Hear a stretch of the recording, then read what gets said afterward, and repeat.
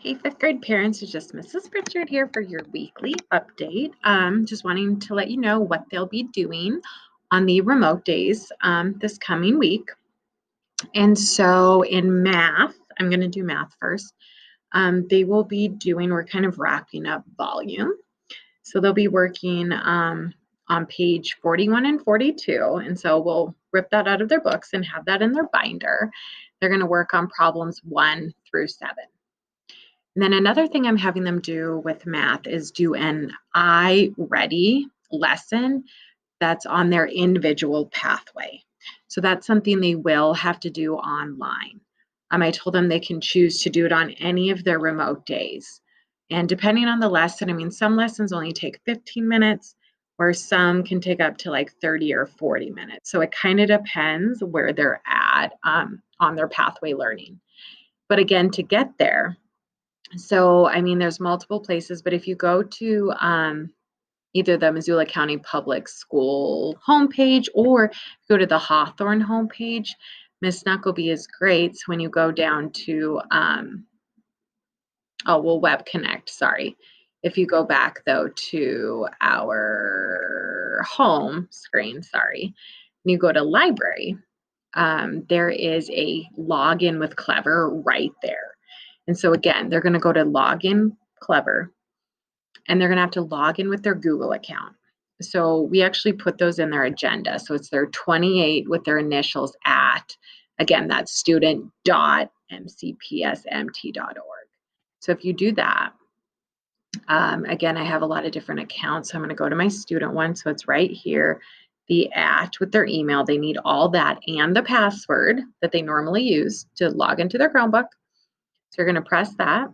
And again, it will take them right to their Clever, where they can get to pretty much all the apps. And again, the star 360 is where they can take any ARs, which they should be taking on the books they finish. And then the iReady is they just hit that. And like I said, this is going to be different for each kiddo, but you can see it says my path, and then their lesson is right there, and you click it. And it'll kind of walk through. I can see what they got. I can see how much time they took. So that's another thing in math they should be working on. And then in ELA, we've been working on, we're just starting to get into our big writing piece, which is narrative writing. So we've kind of been breaking it into little chunks. And so what I want them to work on, they kind of were establishing their situation, but now they're going to use this graphic organizer. We kind of talked about thinking of how their conflict is going to get resolved in the end, so they know. And then once they do that, kind of sequence what events are going to lead them to that conclusion. So right now we're just brainstorming. We're not typing out our narratives or anything like that. So this sequence of events would be part of their ELA homework. They will still be reading their veggie book and completing their reading log, kind of their 20 minutes with summary. And then I also am going to have them again take an AR on that star 360. And the only other thing on my Google Classroom, which again you can get to through Clever, I just put a keyboarding link here.